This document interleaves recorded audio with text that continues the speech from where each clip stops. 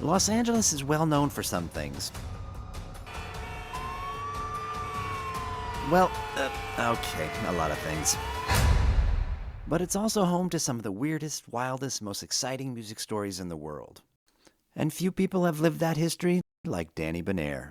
Drummer for The Quick and the 3 O'Clock, bands that helped define LA's ever-evolving underground sound. I met Danny at the legendary Bomp Records office in Burbank. Founder Susie Shaw graciously let us take over the space, a place soaked in music history. Founded in 1974, Bomp grew out of Greg Shaw's fanzine obsession and Susie Shaw's sharp sense for the business. While Greg wrote, recorded, and championed bands, Susie did the hard work, keeping the punks away from the cash register and the dream alive. Even baking cookies that built the goodwill Bomp still enjoys today. Our place on her coveted cookie list is as valued as any record deal. Danny used to work at the Bomp record store in the 70s. After Greg Shaw passed in 2004, he came back to help Susie sort through the chaos. And when he walked back through the doors again for our interview, one of the first things he asked Susie was, how do I get back on the cookie list? Ladies and gentlemen, please welcome to the stage, Danny Benair. That's me. Danny, thank you. Thank you. Just real quick, this is the second time Danny has come to talk to me.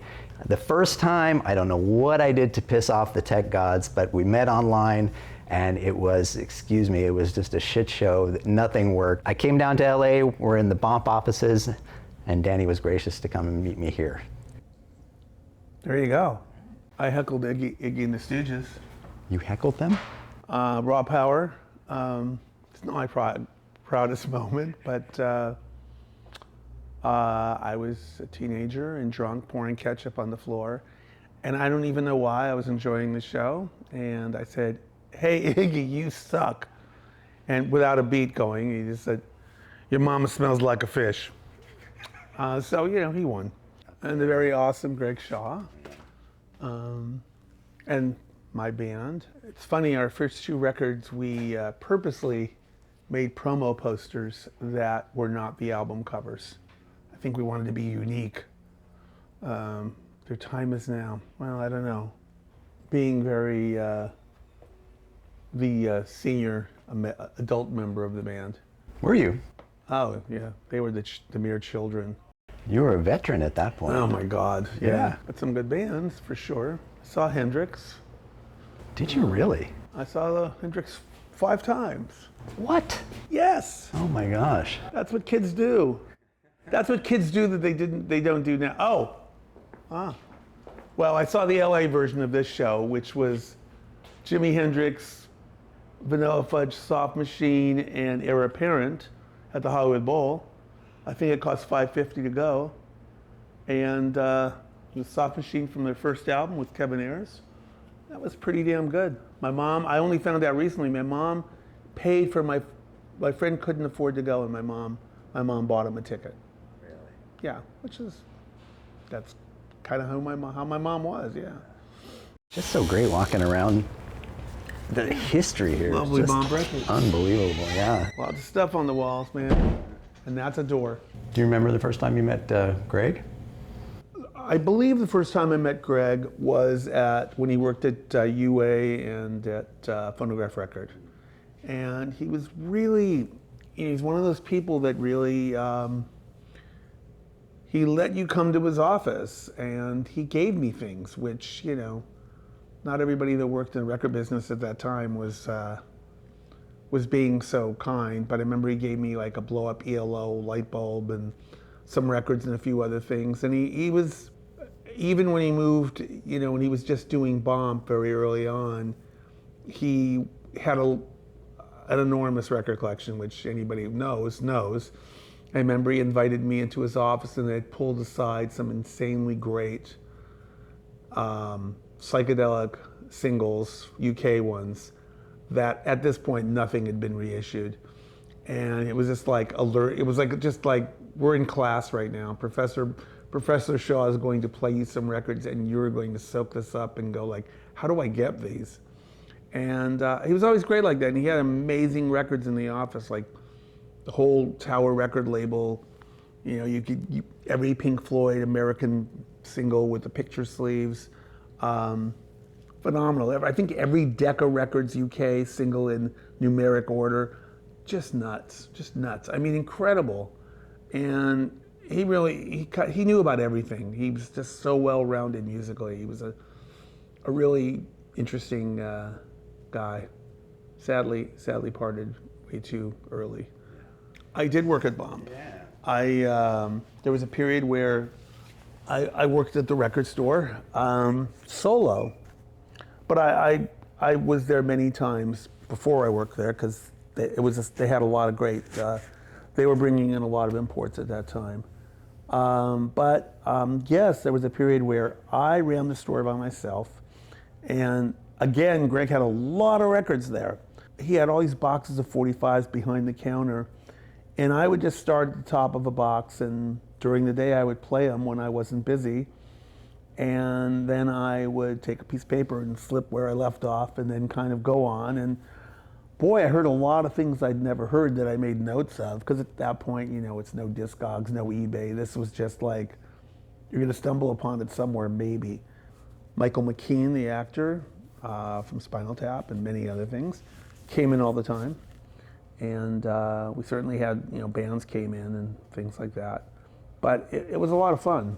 Of the two retail jobs I had, also worked at Licorice Pizza. But Licorice Pizza, almost everybody there was in a band. In fact, we had so many people, we had to turn away Jane Wiedlin from the Go-Go's because we had no room to hire her. It was just a plethora of just big record geeks working in a corporate record store, playing records you shouldn't, I never worked in the food industry, fortunately. For anybody that does, that's cool, but you didn't want me there. You belong to that small group of individuals that has managed to find long-term success in the music industry. Was there ever an idea that you would be doing anything else? a long career. I don't know if success was necessarily, I never knew what I was going to do. I mean, we had a piano, so I took piano lessons. And then at some point I took guitar lessons because we had a guitar. And then little Ricky said, I got to play drums, which is really stupid.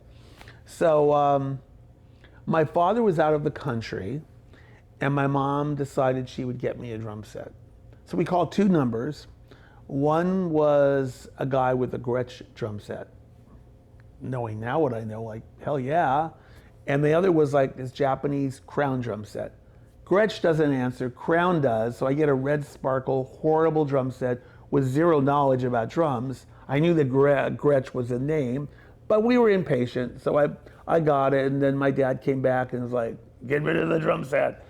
And then me and my dorky friends, started learning, 5 things, not even songs, just I could play one beat, and my friend could play Steve Hofstetter, who I was ended up being in the Quick With. I knew him since junior high, and he got a $25 thrifty guitar, and he was going dee, dee, dee, dee, dee, dee.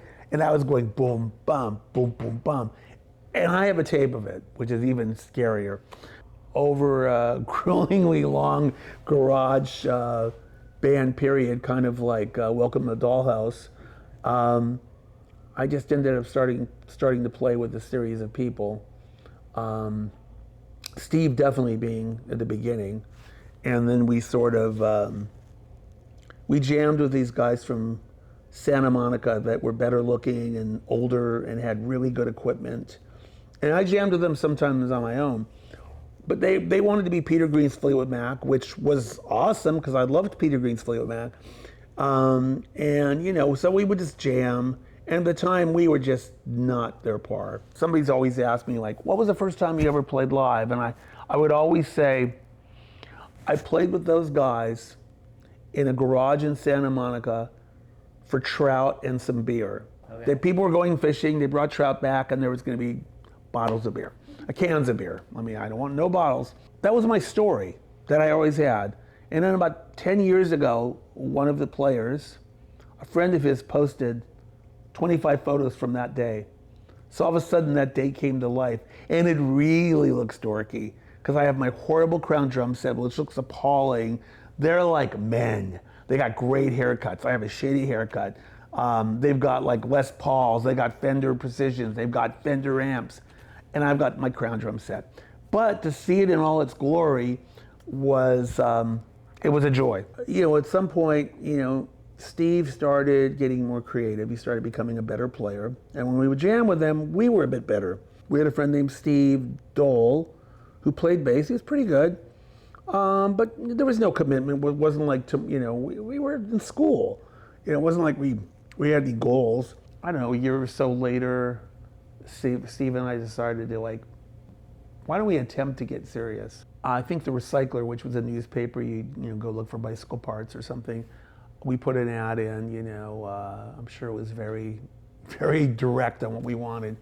And Ian Ainsworth, who ended up the bass player in the Quick, answered it.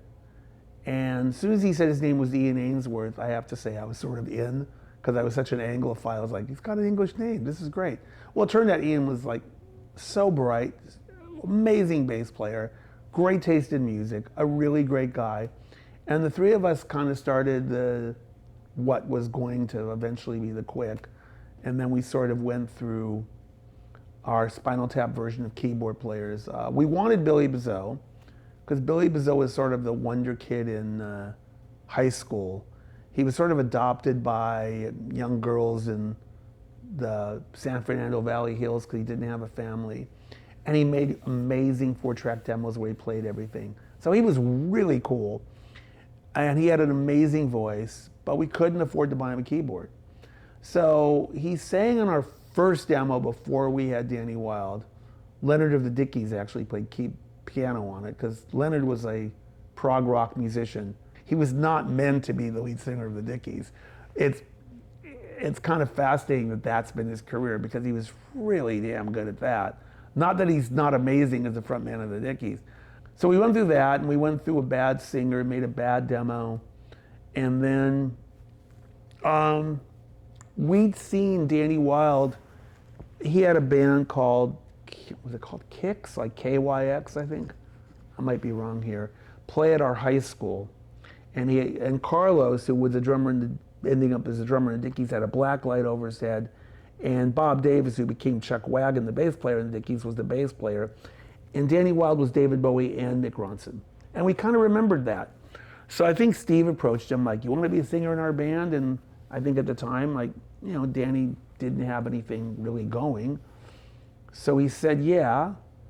And then we stumbled upon Kim Fowley. And it kind of morphed into something really quickly because he said, oh, I'll pay for you to rent a keyboard. And then he paid to get rid of our old managers who were like nice, but like, you know, they battled over paying $3.72 for, you know, guitar picks or something. So he paid them off, whatever it was, probably $43, you know. And so Kim came on board, and I think for him it was intriguing because we were self-contained. He didn't have to create what we were. We already had a name, we already had songs, we already had a look, we already had our own vision. So all he had to do was his hustle. So that was what he was brought on to do, I guess. Kim had gotten the Runaways signed to Mercury by an A&R man named Denny Rosenkrantz. So I think Kim always thought, I got Denny in my back pocket, I can go back there. We started to play, I think we first played a party at this person, Mary Rat's house, and just to a bunch of kids in the scene. There was no scene. There was nowhere to really play. There was a Sugar Shack in the Valley where you had to be under 21, which to get in. But Kim Fowley was there when I went. So everybody was under 21, but Kim Fowley. And I think that's where he found Cherie, actually, of the Runaways. So we started playing just odd gigs. We got some gigs playing with the Runaways because that was kind of easy. And they were great. They were really nice and easy to play with. And I think we had many rehearsal rooms. We had a rehearsal room deep in the Valley that we had with Killer Kane, Arthur Kane's band from the New York Dolls. I'm Arthur Kane, New York Dolls. And Blackie Guzman, who went on to Wasp, was in his band. we might have shared a room with Quiet Riot. And we got along great because we could both set up, and their manager had a room, and I had played with Randy and Kevin a few times because before they put the band together, doing like Song of a Baker by Small Faces, because Kevin thought I could play like Kenny Jones of the Small Faces. And so then we shared a room, and then we moved over to sharing a room with the Runaways, or actually being next door at a urine-stained, which is a very Kim Fowley word, but a very urine-stained dog urine-stained room that we had next door to the Runaways, and we would go over and see them rehearse. So then, lo and behold, we did some gigs, and Kim, I guess, went out to some labels to see if they had interest, and he decided, I'm going to go to Chris Wright and Terry Ellis of Chrysalis and get them to come see the band do a showcase. So we went to this rehearsal room, and Kim, I don't know what he was thinking. It was nighttime, and caviar and champagne, and we had a kind of a showy act at that point. There was Danny Wilde had a lot of scripted lines. We ended our set we had a song called Don't You Want It, and we ended our set with a shopping cart with like boxes of cereal and various things, and that would come out, and then we had this song Heaven on Earth, and it was Danny would sit with a chair backwards like Marlene Dietrich, and they were in the back reading probably the Financial Times. They totally didn't get it. We were like, that was mortifying. It was really one of the most embarrassing, these two British guys, but then like a year later, oh, Nick Gilder, he's, it wasn't that far removed from what, we were. They just couldn't get it. It was so early that they were like, what are they trying to do here? We don't understand. So he went back to Denny, and Denny said, I'll pay for a demo. Our engineer, whose name I'm blanking on, was fantastic, right after he had a falling out with Kim. So this was like April 1976. Right at that moment, Kim says, you're going to play the Starwood, and I'm going to do my hustle. So him and Rodney, Bingenheimer, they do these, Nordic rock, all these things. So nobody knows what to do. So we go there, and there's like 800 people in a room.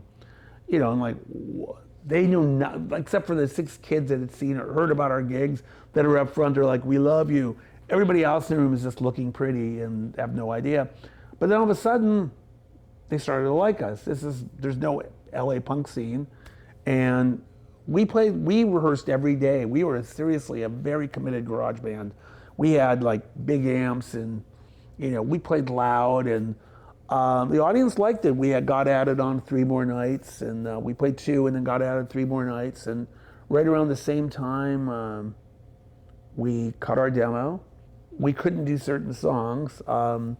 We had a song called Blackout that Ian basically wrote. It was about a gay Boy Scout troop leader. And we had a song called Master Race. Well, yes, I'm Jewish, but so was Denny Rosenkrantz, and Kim's like, you're not doing Master Race. So we actually make a skit about it on our original demo where we cut into Born Free. What should we play? And he's like, play that song you played at Cal Poly this time. So we started playing Born Free, but we kind of chime like Master Race, and we kind of played into it like, could have screwed us.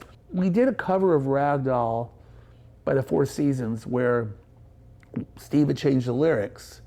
And actually, we kind of did it like, nobody's gonna get this unless they know the song, but Nazareth did a cover of Joni Mitchell's This Flight Tonight. And it went dum dum dum dum dum dum dum dum dum dum dum. We took that feel and put it into Ragdoll. We stole it from Nazareth, this cover of that. So they wanted us to put it on the demo. So we did.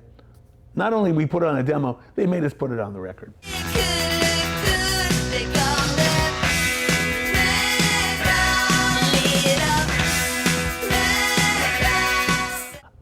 So at that point, we couldn't really record at Fidelity because Kim didn't have his guy.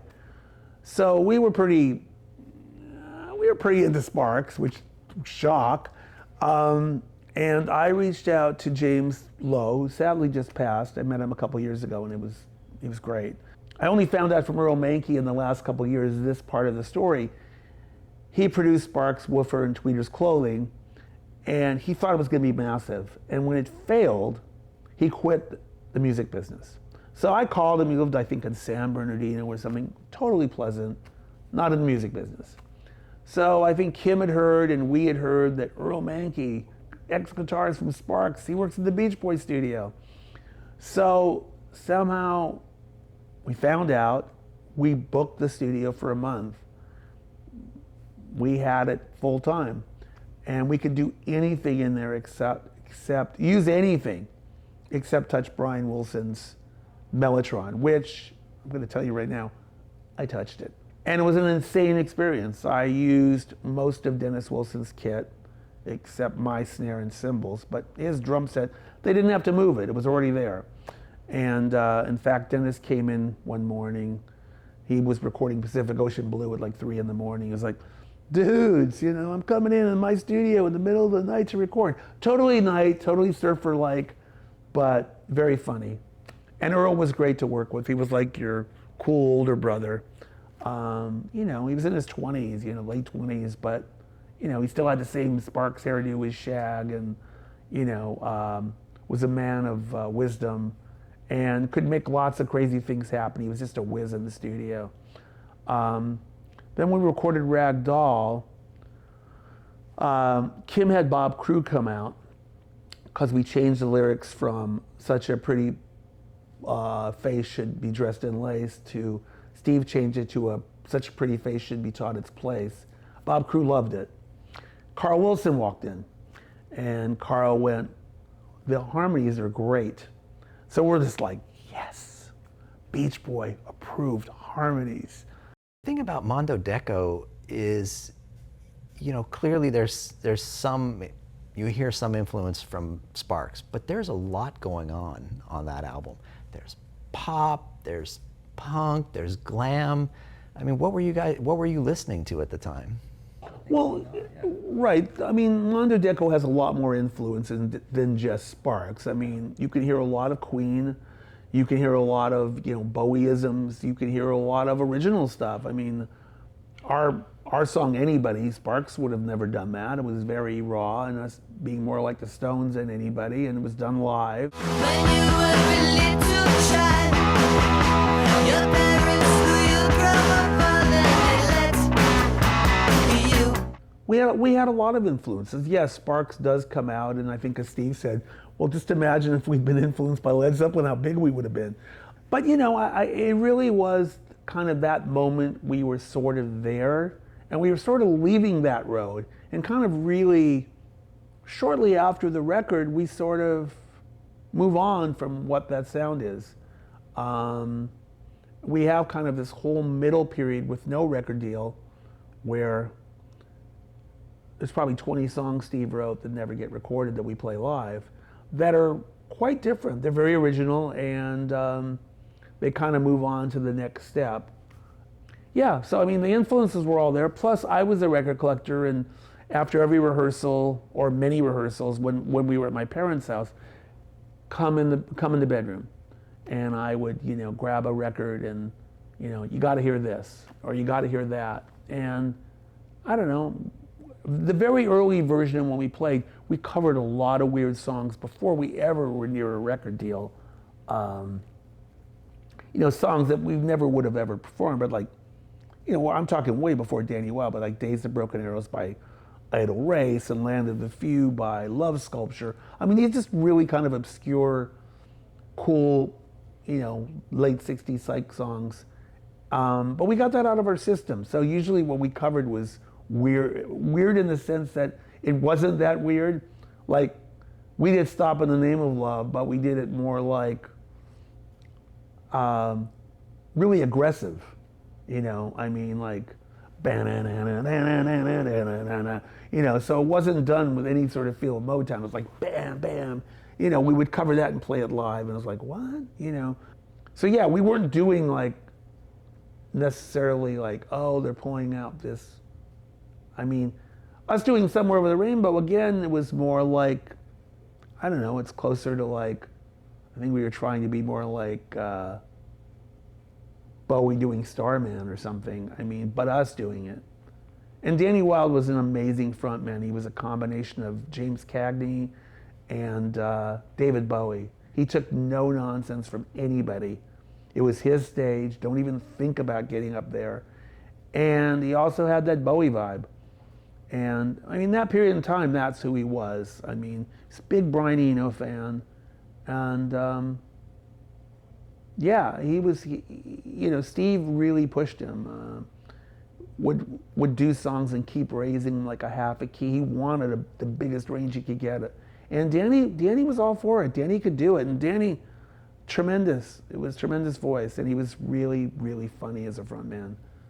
Did you guys all come together at some sort of common ground, or was everybody bringing just wildly different influences with them? I think we all had some similar tastes. I think we all liked Bowie. I think we probably all liked Queen. I know there were certain things. I know that Ian really liked Procol Harum, but so did I. And in fact, I set my drums up on the side. And I think part of it was maybe Steve and myself, our infatuation with B.J. Wilson, the drummer in Procol Harum, who was phenomenal, and he set up on the side. But I think a lot of us there was definitely, everybody had a bit of their own thing. I don't think everybody came in and it was 100% like, we all have to listen to the Moody Blues or something.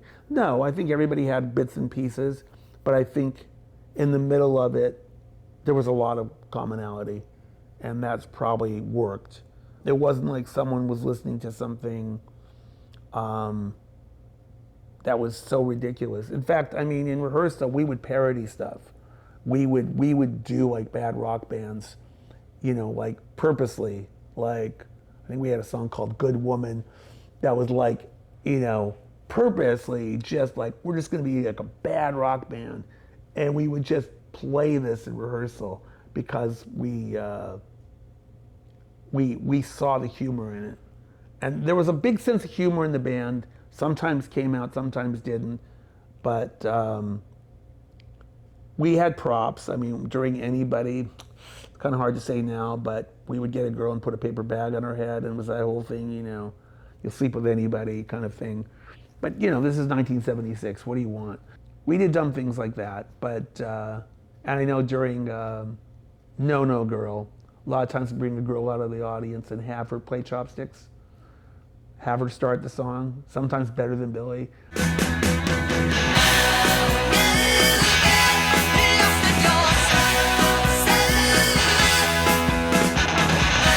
But yeah, I think the problematic issue with the Quick was we couldn't get that second record deal. And we got the first one so fast, and we didn't understand the music business, and we didn't realize we had tour support, and nobody told us. So a lot of things that we just didn't know. And, you know, David Campbell got in the picture, and David at the time, and still is, he was a very, very big arranger. He had connections at Elektra, and he's partially known now because his kid is Beck. So we knew Beck when he was 5. And so they had a studio in the Valley called The Annex. Wow, that's pretty good. In the Valley, it was sort of like a ranch-style house, had a studio connected. But after we did like our first demo with Pretty Please, we realized this room is dead. It's dead. So we started moving our equipment into the house. Because it was just, there was people that oversaw the house but weren't there. So I remember Ian had a bass amp in a bedroom. I had my drum set in a giant living room. Danny Wilde did one of his vocals in a bathroom. You can hear him kicking the tile on the floor. Hofstetter had a guitar amp in the hallway, like with cement. So we took advantage of that as soon as we figured out, oh, we're gonna record here a bunch, which we did. I think in our head thinking we're gonna get a record deal. I think if the band had been a little bit more of a democracy, it's tough, because I have to say, not that everybody wasn't talented, because we were really lucky.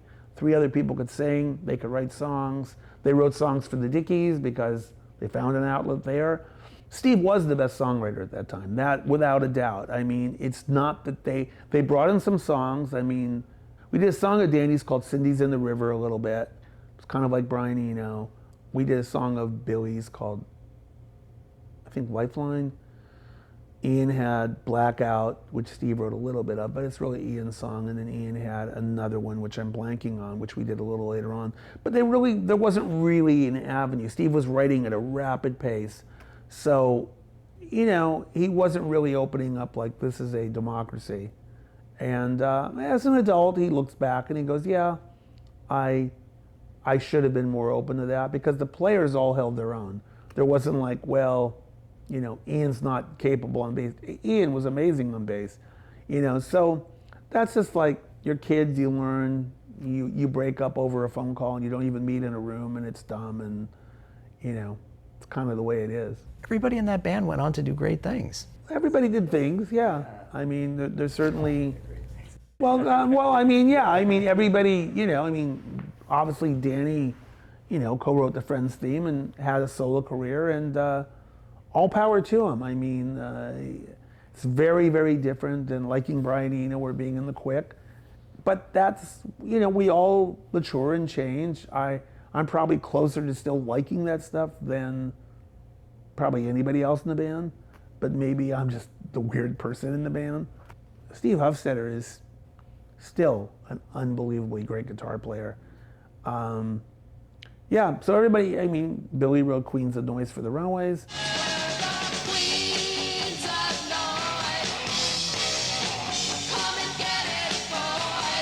There's talent in that band. I'm not gonna sit here and be coy about it. Yes, we had talent, more than a lot of bands. And that's why I think when we played with a lot of mediocre bands, we didn't look down on them, but we kind of knew, like, you know, we can hold our own here. We're not, you know, we're not embarrassed by what we're doing. I mean, we played with The Damned, it was like, holy crap, this is insane. They're so great. But they were so different, and we respected it so much, you know. Or when we played with the Ramones, again, it's so otherworldly amazing.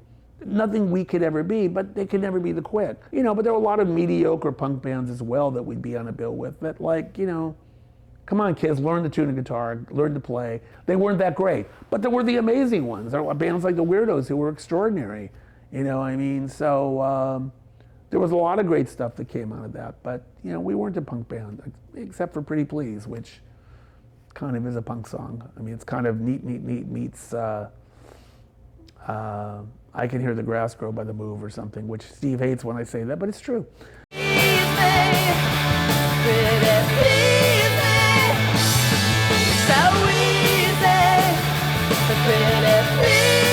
The last time we talked, you laughed kind of like you're doing right now about your punk credibility. And you laughed like that then, too. I laughed again. Those are some great credits. I'll tell you why.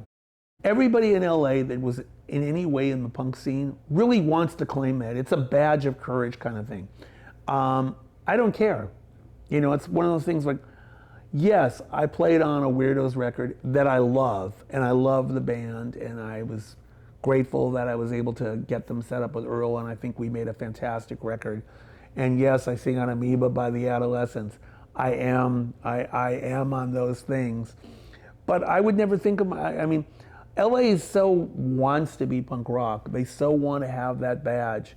And I'm that person who's like, I respect that I got to play on some cool stuff or sing on something, you know, but I don't say it in any condescending way, but I think it's nothing I ever was attempting to achieve.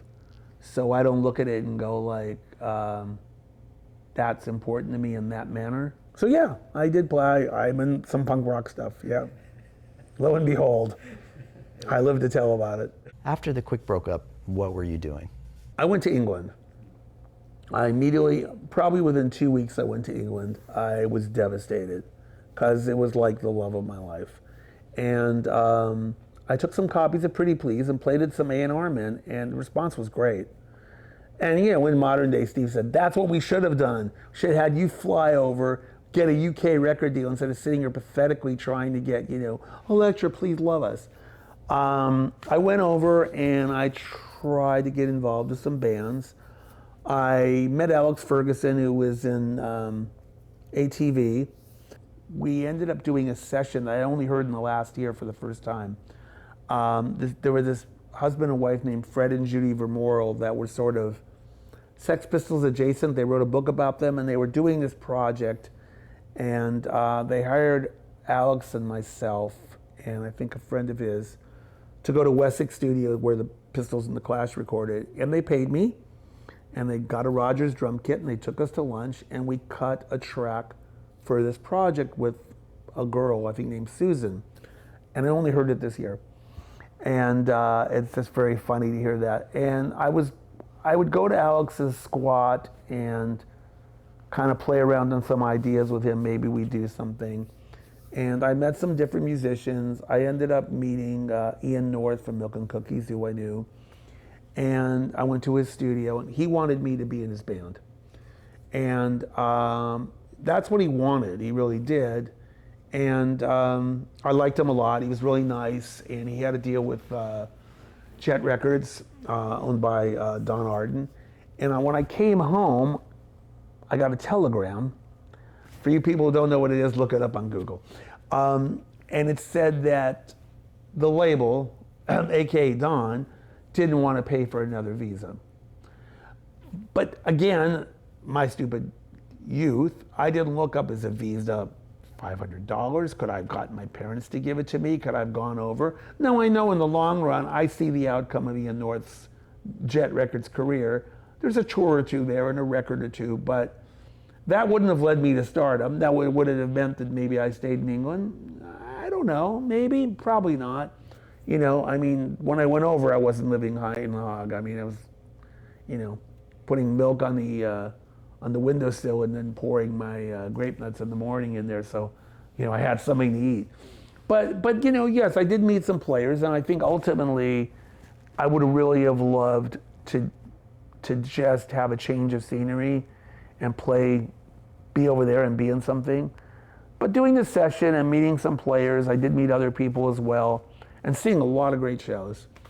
The summer of '78, there were a lot of great stuff going on. I came back and I got in a band with Steve, with my friend Billy, who played bass on the Widows record. And he's a really good bass player. And we got the singer that we had pretty quick, which again, why, I don't know, another mistake, just a mistake. And our keyboard player ended up being Mickey Mariano, who ended up in the 3 o'clock. So there was that connection. We were sort of like this blue-eyed soul band. First, we were sort of like Latter-day Quick, much more like our last demos, but we transformed from that. And really our downfall was our front person. We had interest, and everybody was like, singer doesn't do it for me. Not that he couldn't sing, he's not Danny Wilde. He didn't have that. So that ran, and in the middle of that, I did the Weirdos record, but me and Billy being dorks, you know, you gotta be loyal to one band. What am I doing? You know, we decided after a couple rehearsals with the Weirdos when we finished the record that we couldn't do that. We couldn't be at two bands at once. I didn't come from that background. It's like, you're in a band, that's what you do, you stay there. I then joined a band called Quiet Invisible, which was 3 members of the Flyboys and myself, and Frontier Records wanted us to record a record and not play live.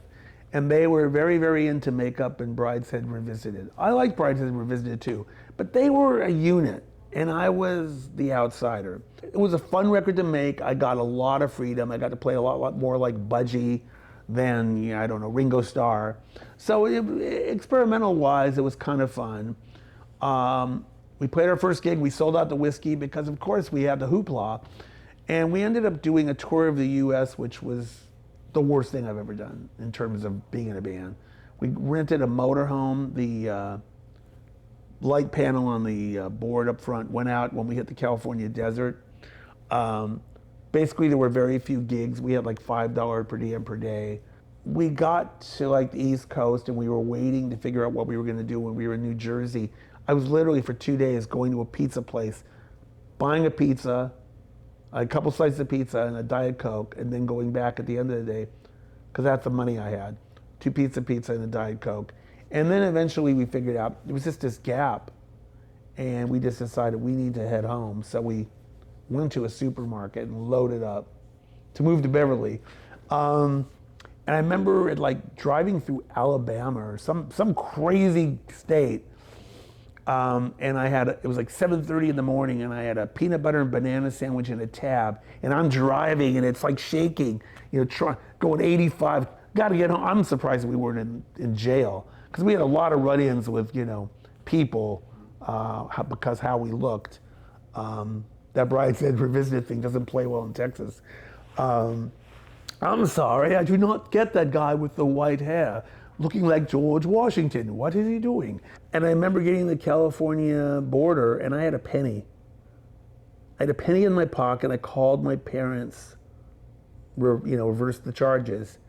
And I said, I'm coming home, save me. Right before the tour, I heard Salvation Army. Saw them, heard the single, thought it was amazing. Frontier decides to make a record. I get invited to the studio. I don't know them at all. Some young kids, and they're recording, and their producer, Tom Wilson, hated them.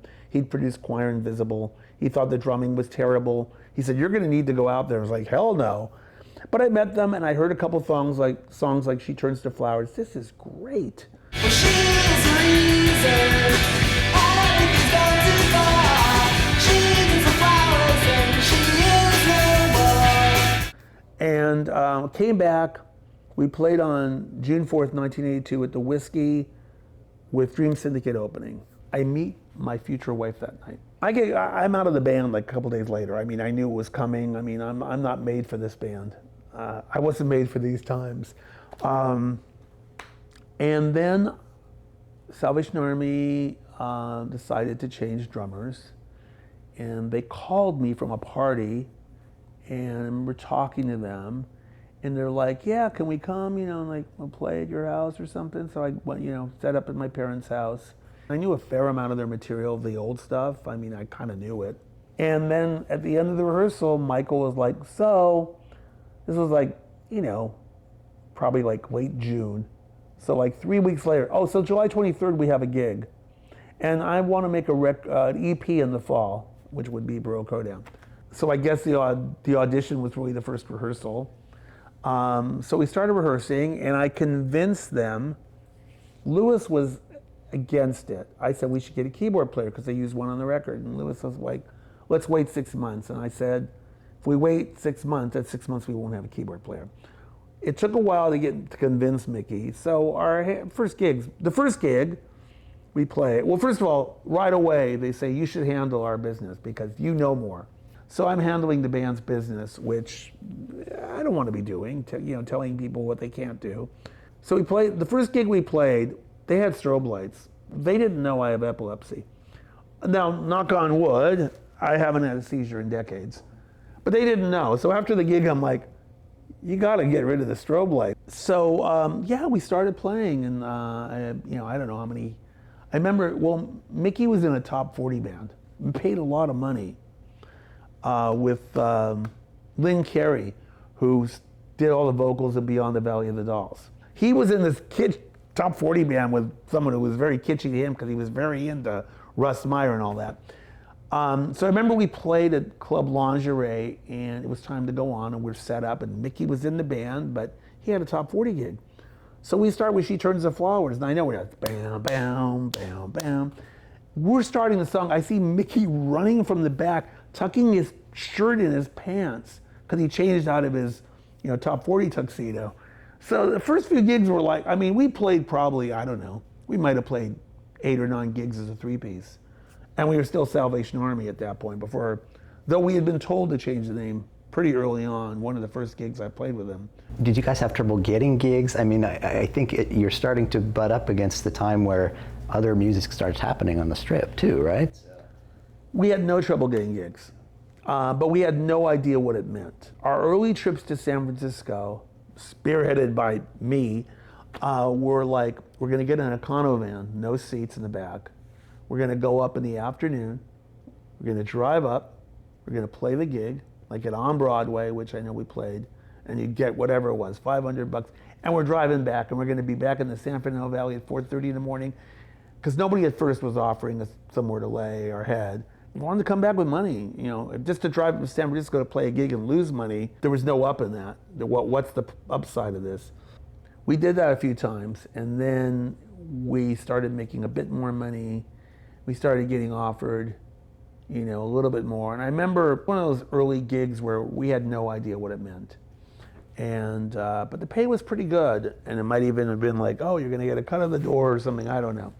And we show up and there's like 800 mods with scooters. It's like, what's happening here? I had no idea. And it just started building, and it was like really, really weird. I remember rehearsing one day, and at my parents' house, my mom says, "There's a phone call for you, Danny." And I take the call, and then, yeah, we have this TV show called MV3, and we want your band to come on and play. And I'm like, well, what are you offering? And I was like, $500, and we want you to do it tomorrow. And I, hold on a second, put the phone here, you know. Yeah, we can do it.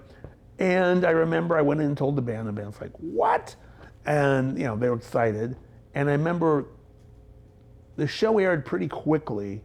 And the day before we played the Concert Factory, I think it was in Orange County, and there was a shift, a change. We showed up, every kid had seen this. So I remember a kid coming up to me and literally saying, can I touch you? Because all of a sudden, we were on a television set. It was really weird. And the place is packed, and the response is feverish. And it was like, I don't know what's going on here.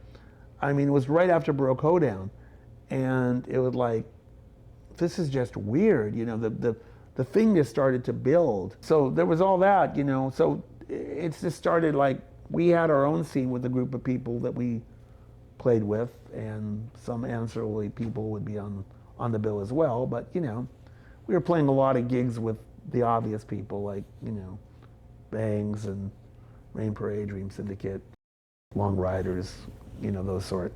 Were you guys all really tight? We talk about the Paisley Underground like it's a club or something like that, but were you? Well, you needed a secret handshake. Yeah, exactly. No, I mean, Michael and myself did an interview at then the Rock and Roll Denny's, which doesn't exist anymore. And, you know, somewhere in the middle of the conversation, Michael just said, yeah, the Paisley Underground, just blurted it out. Well, with me, Michael always had phrases. He always had something unique that he was going to say. And really fast, it became this, oh, it's the Paisley Underground. I mean, Lewis was going out with Sue Hoff, so that was that connection. I mean, Sue was around us a lot. The lovely Will Glenn, who's unfortunately passed away very young, played on our first two records. They would join us live, and Sue would sing with us. We had the Bangles play with us live, sing with us live. We knew everybody. I mean, we played a lot of, I mean, the 3 O'Clock and the Dream Syndicate did a tour of like Sacramento and San Francisco and stuff, and we got to the point where we split up in cars where it'd be like the Dream O'Clock and the 3 Syndicate, you know. We all got along, it was great. It was early, and there was no ego, and none of that had come into the rot, as you might call it. But, you know, it's like a Thanksgiving table. It's not, you know, everybody's saying, I'm in Delaware and I was in the Paisley Underground. It's like, I don't know what you were doing, but you were in Delaware. And when you'd go across the country, you'd find cool bands that were very like-minded, like Ed Ackerson, the late Ed Ackerson, who was in the band Polera, in Minneapolis had this band called the 27th Various, and they were awesome, and they gave us a demo tape, and I'm like, you guys are amazing. And yeah, if they'd been in LA, they'd probably played with us 100 times. These bands, we played a lot of gigs together. So that was just cool. So certain cities, you had that. And when I fortunately got someone to manage the band, very early on when we went to San Francisco, I met this scenester named John Silva, who knew everybody. He called the radio station when we were there. We went to his apartment. We slept on his floor. He said he was going to move to LA. And I said, well, you know, we're going to tour. We really need a road manager.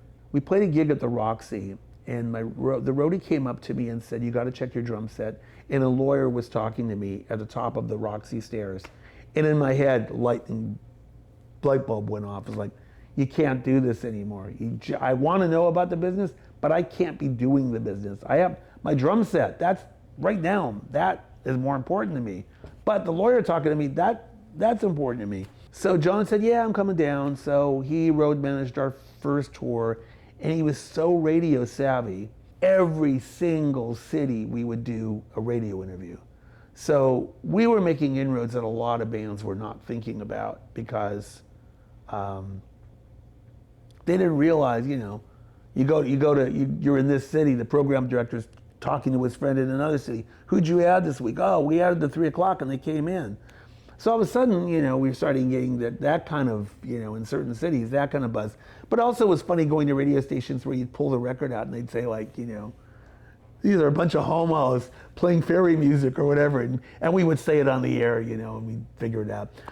So there'd be those. But then other people like, you're great, you're fantastic, come back again. And then after that tour, I just went to the band. I said, John should manage us. I got them to agree. They didn't come from a business background, and I'd been handling the business, so I just had to convince them, like, look, he's more sensible. He puts business paper in a stack. That looks important to me. I don't do that. So he took over, and that was a big deal. I mean, it really, he, was involved in getting us a crew and getting us a record deal and all of that, and an agent and all that crap. He went on to, and still, he's still my friend, and he's a big manager. I mean, he managed Nirvana and the Beastie Boys, he manages Beck and St. Vincent and 20 other things. Well, you guys moved from Frontier to I.R.S. for Arrive Without Traveling. Right. Yeah, what was that change like? How did that come about? Yeah, after 16 Ben Vereen's, we went looking there was interest in us getting a record deal. A handful of labels. Elektra were really interested, and they were even talking about reissuing 16 Tambourines and giving it Elektra's marketing push. At the time, John Silva was possibly getting involved with a manager whose name I can't remember now, but the real story that came out was the guy had signed too much, and he was the West Coast A&R guy. And it was really an East Coast label at that point. So he had a lot on his plate. But instead of just saying, I'd love to sign you, I have too much on my plate, I really can't do it, he made this weird story up that because of John getting involved with his manager, Elektra didn't want to be involved. We saw through the whole ruse. It was just like he couldn't own up to the fact that this is what it is, and it was no big deal. The one that really showed a lot of interest, besides I.R.S., were Island. We went to their office, and Nick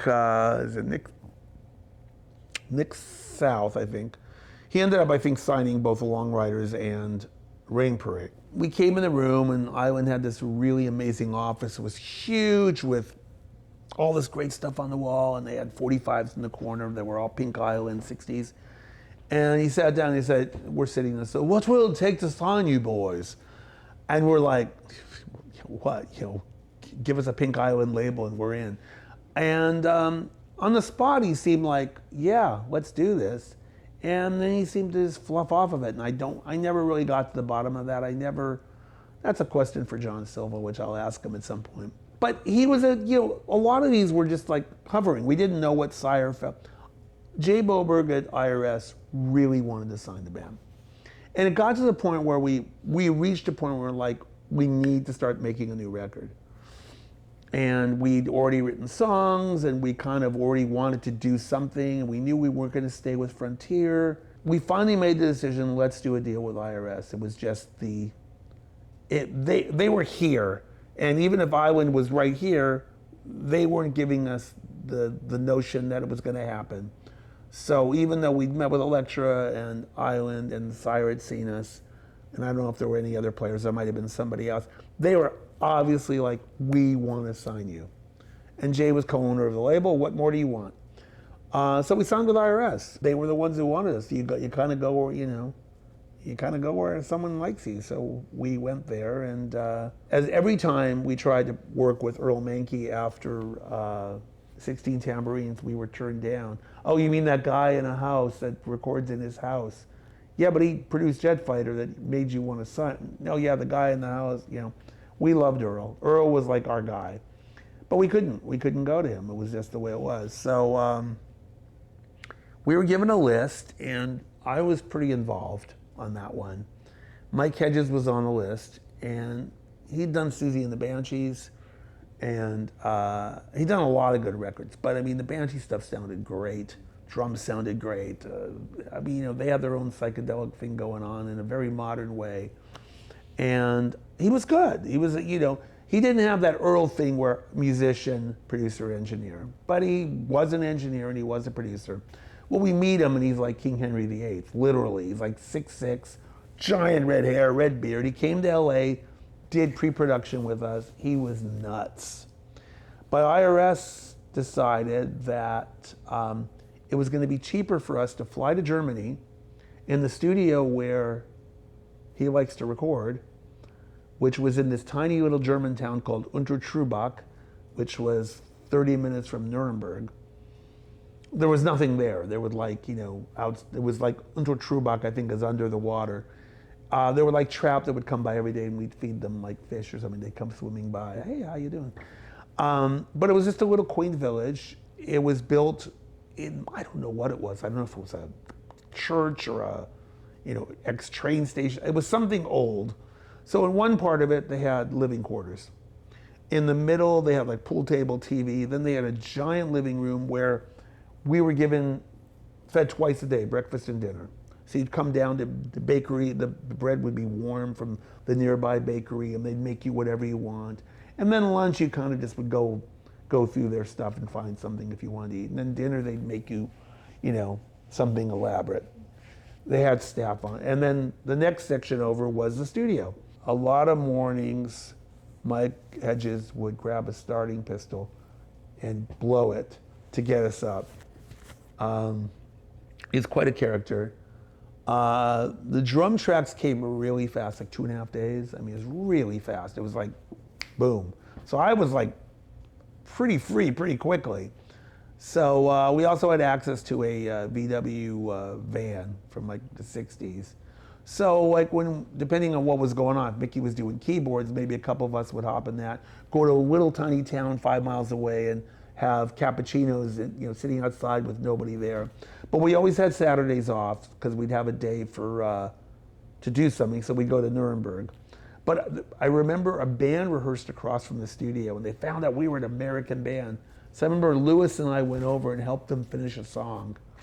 It was really funny. They had some song, and I remember Lewis and I went over and helped them, like gave them ideas. It was kind of amusing. But it was a fun experience. It was just rather fast, you know. Feels like it's more of a rockin' record. It's more of a guitar forward record than you had done before. It was sort of like, I think, you know, 16 Tambourines is sort of like a band album. It really is. Everybody had suggestions and got to do them. Earl's very open to ideas. And I think after that, Lewis wanted a guitar record. So there was more guitar. Also, I remember sitting down on the kit, and the last person that played it had been Budgie. I could tell. I saw his tuning. I could just tell. Yeah. And Mark Almond came to visit, and he almost sang on Spun Gold. He spent a couple nights, and he's trying to figure out a harmony to sing. For whatever reason, we didn't get him to do it. We did get Martin McCarrick, who was a cello player in the Banshees. So he does all the crazy, like in Simon in the Park, he does all the crazy cello string stuff. He was super nice. And we had a percussionist come in to do all this manic percussion that wasn't tambourines and cowbells. It was like crazy exotic drum stuff that had nothing to do, it wouldn't have been stuff I would have done. But yeah, it was much more of a guitar record, for sure. Even the songs that were not big guitar records, they were just bigger, I think, you know. Video for Her Head's Revolving is, I've checked, so far the only video I can find where the band is doing the hokey pokey. We do the hokey pokey, and I had bad balance, so I had duct tape on my shoe. They tried me on roller skates, and I started heading to a wall. And it got banned on MTV because the real version had the girl drinking green liquid. Well, no, Hot for Teacher worked, but you can't have a girl drinking green liquid. So they pulled that for a lot of it. It's now on YouTube, of course. Originally, we were going to cover Open My Eyes by the Nas. And we heard the Bangles were going to do it. So Michael and Lewis wrote Her Head's Revolving as, we'll write our own Open My Eyes. And that's kind of what happened. Her head's revolving like a cavalry horse spinning on the gown. So your last album with the 3 o'clock was Vermilion in 1988 and was released on Paisley Park. How did you guys get onto Prince's radar? When we made A Ride Without Traveling, Around the World in a Day by Prince came out. There were a lot of reviews together because it was Prince's psychedelic album. It was our kind of like semi-major label, you know, it was indie label, but bigger indie label. We got a lot of comparisons. We heard, I think through Sue Hoffs, that he really liked Her Head's Revolving Radio. So when I.R.S. let us go, we started sniffing into it. John Silva started sniffing into it, and they sent out a person to see us play. They reported back that the band's good. So then we got the offer to sign with Paisley Park, which again was in the same way, in the weird way, the whole Quick thing, we were a weird self-contained band. But we picked the wrong producer who was in it for himself, wanted to make a programmed record and didn't listen to us. And it was a very unsatisfying situation, and I'd found Jason Faulkner, who was a really big deal to have. Not that anybody knew him at the time, but he was great. Kind of everybody got wasted. Not literally, but wasted in terms of our use. So it was very disappointing. I know there's some people that really like it. The funniest thing about it is we only found out about, I don't know, maybe 10 or 15 years after the fact that the song On Paper was like a K-rock hit of sorts in the Philippines. It was, you can go on YouTube and you can find like remixes, you can find people covering it. It's really weird. Then about 3 years ago, I found out it came out as a single and I bought a copy. I saw that it was beat. It was like, that's not the point. I'm gonna have a copy. And yeah, it came out on Warner Brothers in the Philippines and nobody ever told us. We could have gone there. We could have been the Beatles. It only goes to show that we don't have to know till it's on paper. The only thing we did, which was really right near the end, was Prince had the Love Sexy tour starting in Minneapolis. He invited everybody on the label out. We got to go. We did a tour of Paisley Park, and we went to see Prince open his tour, and then we got to meet him, and he jammed till like 4 a.m. at Paisley Park. And then we had worked out, I think, so for this one night we're staying like at the Sofitel or something, somewhere pretty nice, but like maybe 24, 48 hours tops. Then we had to move to some cruddy, hotel, motel, because we got a gig that was gonna pay pretty good money, but we had to wait 3 days. But we decided like we could make some money by going out here, kind of thing. So we did it, and it was, turned out they wanted us to play forever. It's one of these things where I had my watch and I was looking like, we gotta play like over an hour kind of thing. But we did it, and it was horrendous, and it was just soul eating. As was going up touring for the record, just a lot of negative stuff out of it.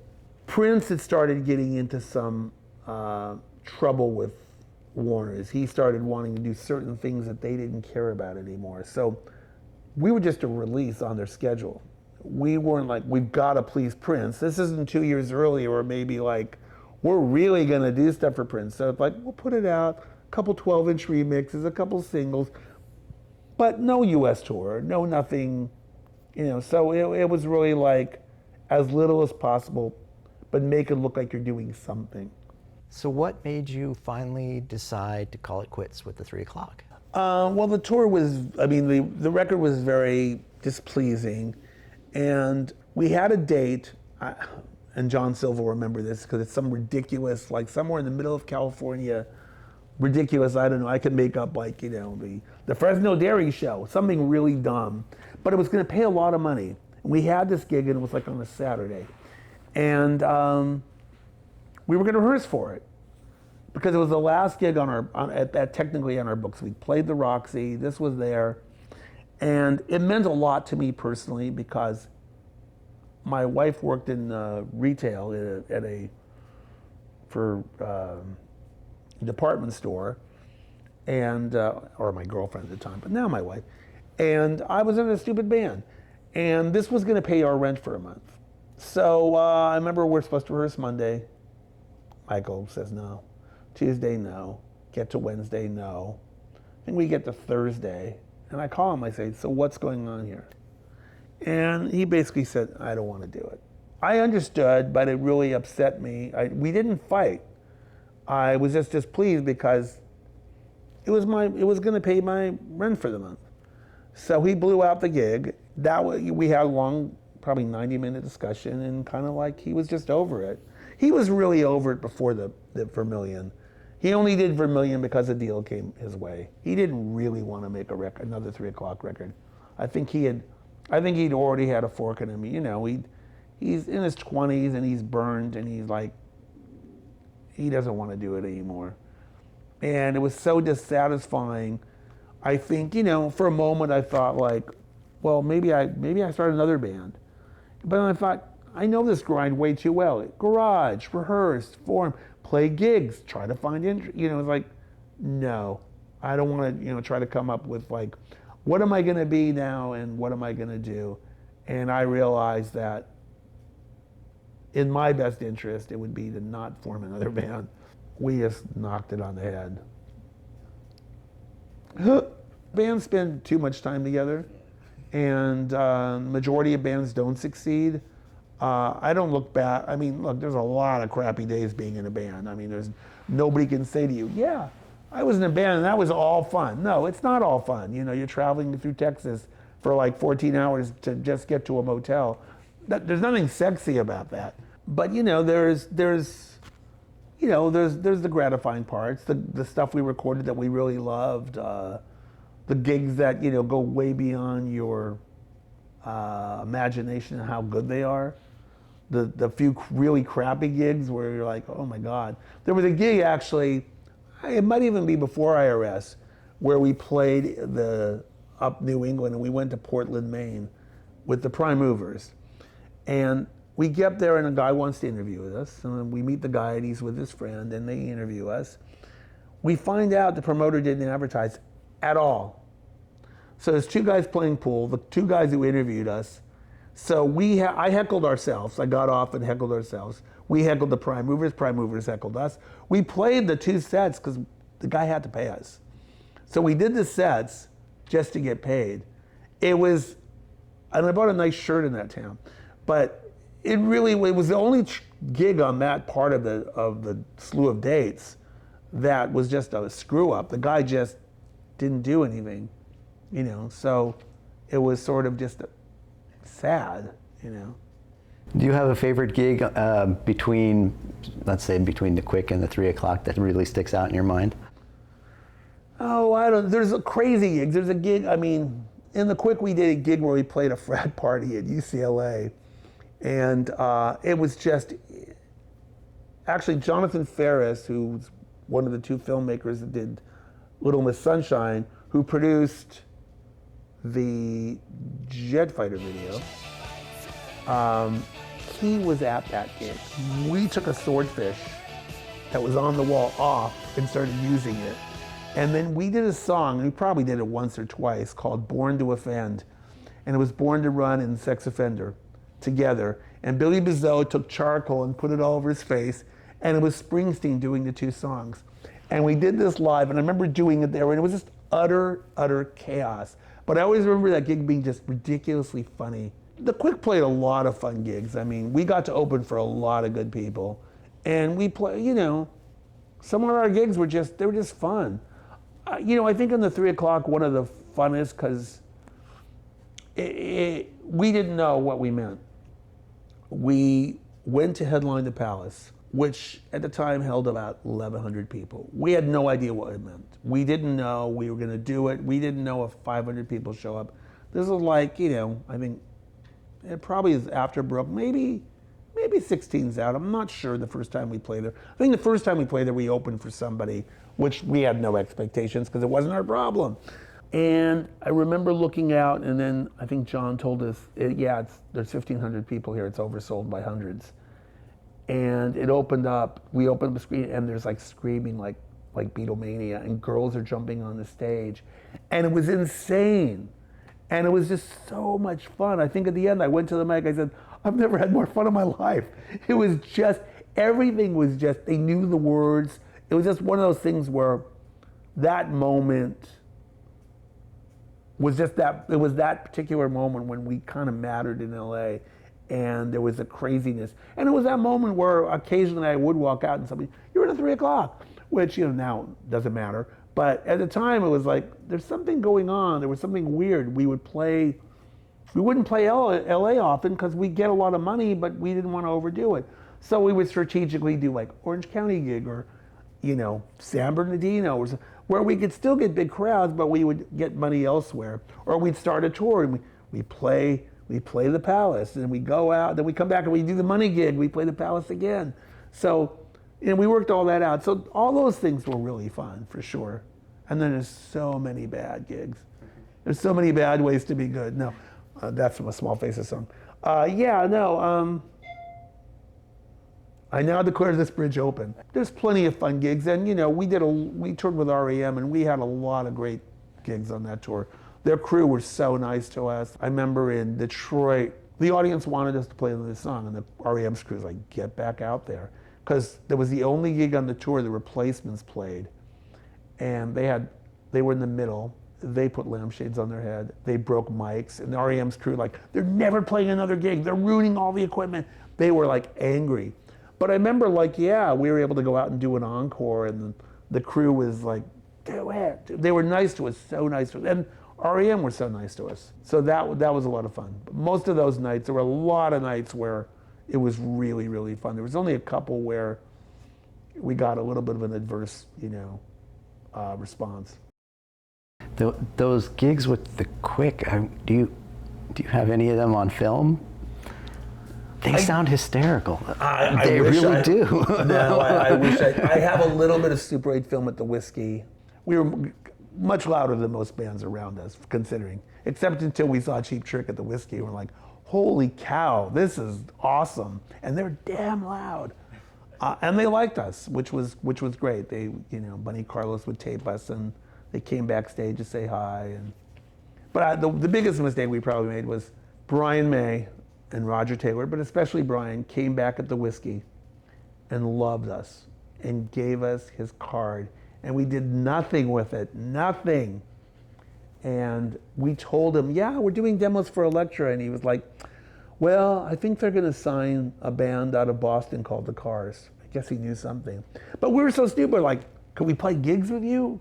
Could you give us advice on a manager?" No, we're dumb kids. Don't ask anything. You guys were barely out of your teens at this point. Yeah. It sucked. It sucked. I mean, I went to Denny Rosencrantz, our A&R guy. I went in and I had my demands, my record knowledge demands of being in the business. I said, "Can we have a non-LP B-side?" No. "Can we have a picture sleeve?" No. Record collector, that is what I knew. Tour support, I have no idea. I don't know to ask those questions. Congratulations, here's your airplane.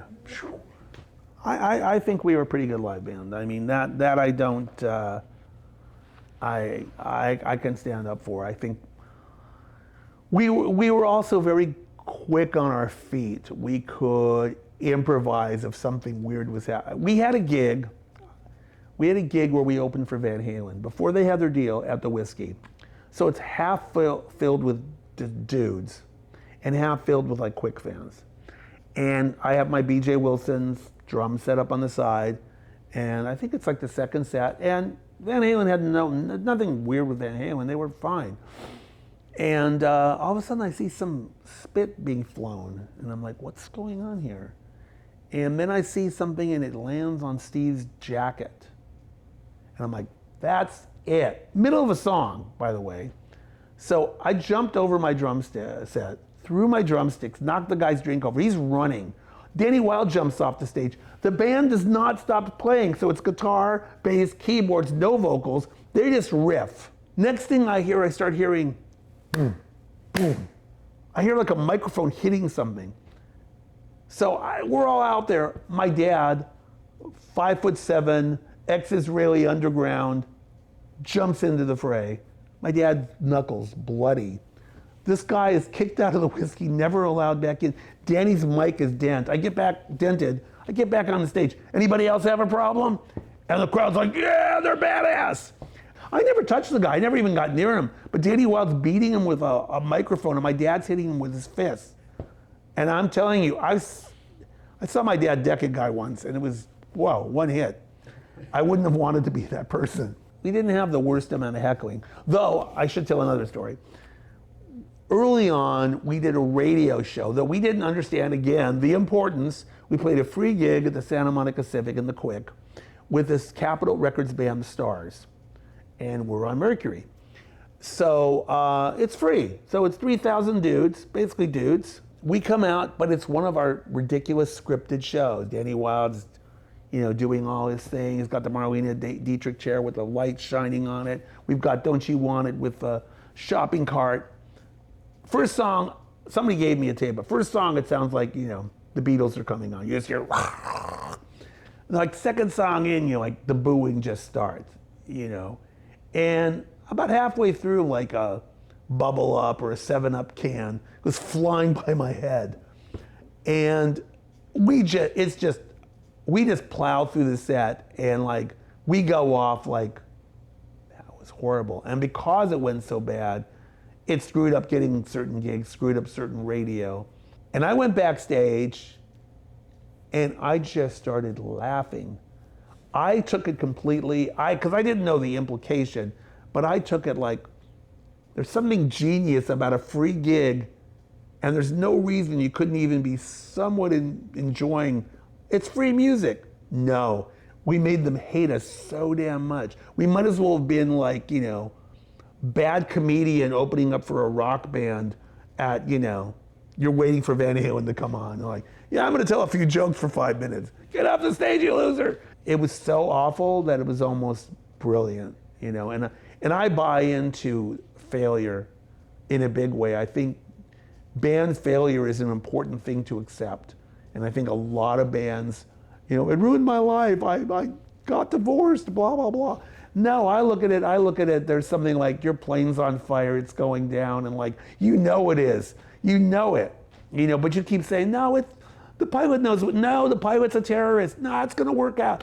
No, you're in this weird mode where you're in denial. You're in complete denial, but you're like, no, cars are getting signed. You're not getting signed. You're going down. So those sort of things always, all the awful things, I always look at it almost like, you gotta flip it to make yourself sane. Otherwise, I think like, you're just like, rock and roll ruined me. Well, you seem to pivot just fine. You went from... Not really. No? You had a whole other career after that. I did. But again, I had no idea I was gonna have another career. I mean, I wasn't freaked out, but I worked on a movie, Pump Up the Volume, and ended up not getting a credit, even though the music supervisor was managing this new artist named Lenny Kravitz, and he was over in Europe, and I was dealing with the producers, being the person who knew nothing, putting out quotes for songs in the movie. But a lot of life lessons. I did that for a couple years, and sort of one of my mentors, Danny Holloway, who had worked at Island Records and NME and all these things, offered me a gig in publishing, and he said, "You want to come in? We're going to make this big catalog book, and you're going to be in the film and TV department." And I was a big film person. My late brother was, really probably the biggest inspiration in my life. He was 5 years older than me and died young, and so I learned a lot from him, and I loved film, and because of him I saw a lot of films very early because he worked at the LA County Museum. So I came in and I was in all the film and TV meetings, I was learning all that.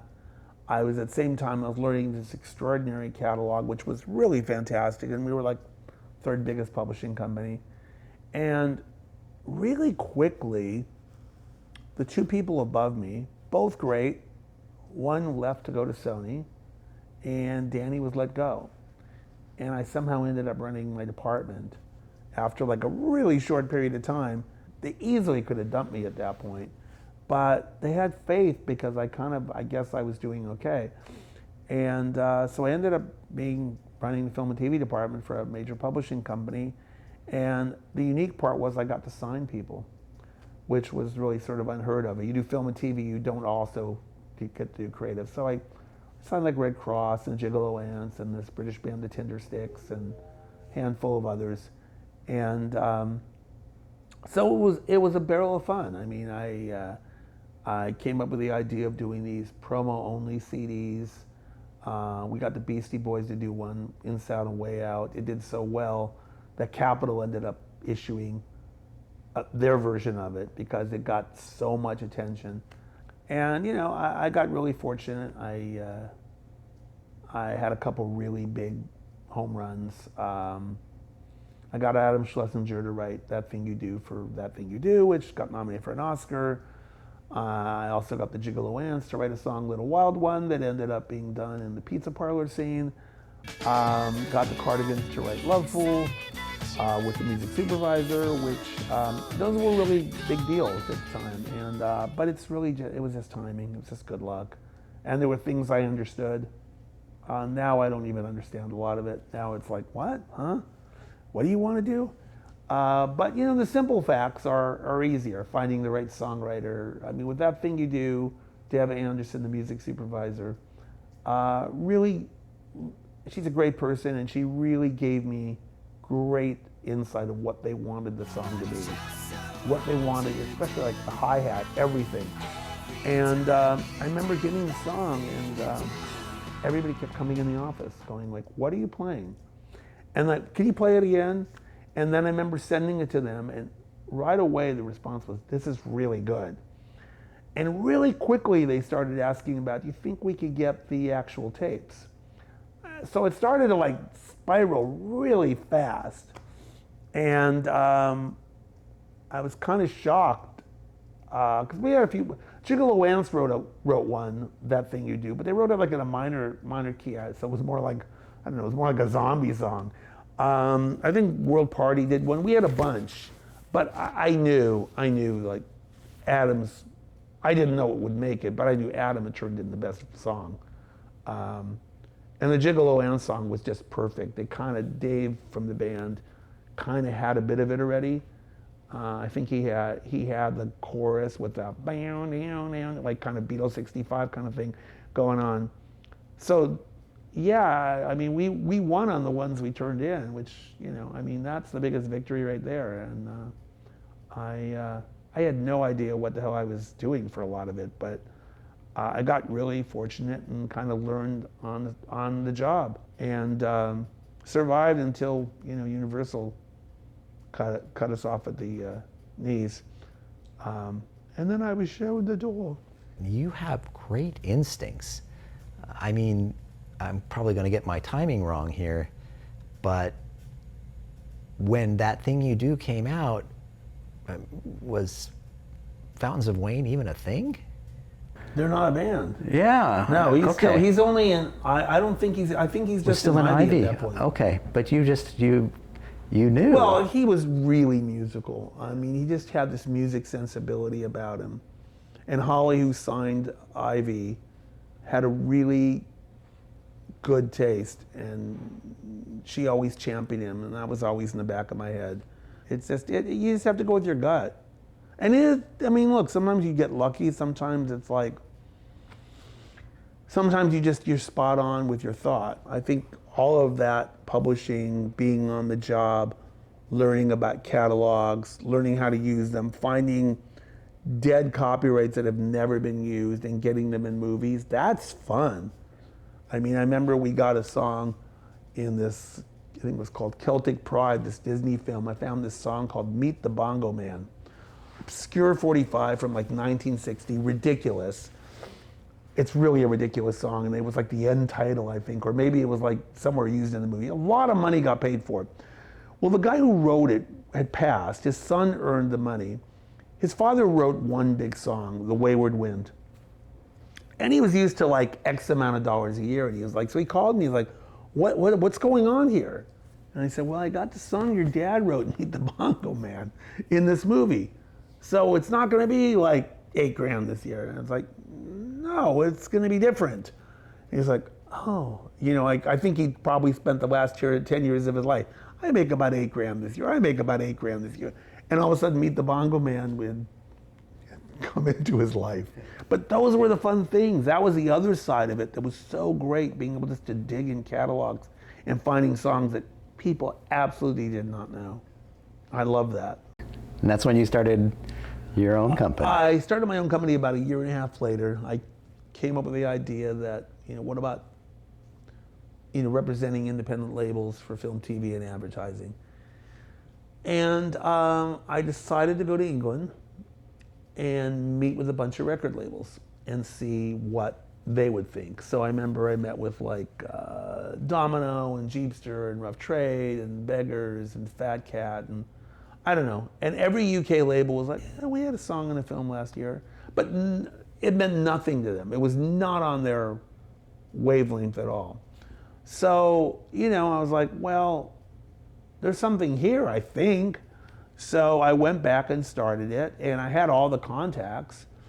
So I just said, I'm just gonna do this, especially the early days. The early days were just crazy because I had so much insane stuff before anybody thought, wait a minute, we don't need him. Now we just need that guy that'll do it for like, you know, $30,000. And so the people that, you know, dismissed me, never because I wasn't, these labels weren't liking what I was doing. It was just like, we can get an inexpensive version of you now, because now we understand it, which is, I get. Yeah, the first few years were certainly, I felt like there were like 3-4 people doing it, and they had their own little kind of, you know, secret. Yeah, I've done the placement thing for a long time. In the interim, the 3 O'Clock Reform played Coachella, we played Fuji in Japan, we had a few little reunions that probably we're done with now, but it was certainly interesting, you know, I mean, getting back in a room and doing it. Do you still get behind the kit? I do not sit behind the kit, but if somebody wants me to sit behind the kit, I would gladly do it. I'm not adverse to the idea, I just don't, you know, I don't want to go play a bar. It doesn't, there's nothing about that appeals to me. I mean, the 3 O'Clock played a few Wild Honeys, the charity event, over the years. The Quick had one kind of reunion, well, 2 kind of reunions. We had, when Mondo Deco got reissued on CD, we had 2 sold out events where Mark Hamill hosted. He's a big Quick fan, and I've known him since pre-Star Wars, actually. And he was our host, and 4 of the 5 Quick members were there. And we talked about the Quick for 2 different sold out events. Our friend Gary Stewart, who'd been in the business a very long time, worked at Rhino and at Apple, passed away. We were asked to play because Gary was a very big Quick fan and actually helped fund the reissue of Mondo Deco. And originally it was going to be myself, Steve, Danny, Ian, and Darian, who plays with Brian Wilson on keyboards, and maybe Jason Faulkner playing second guitar.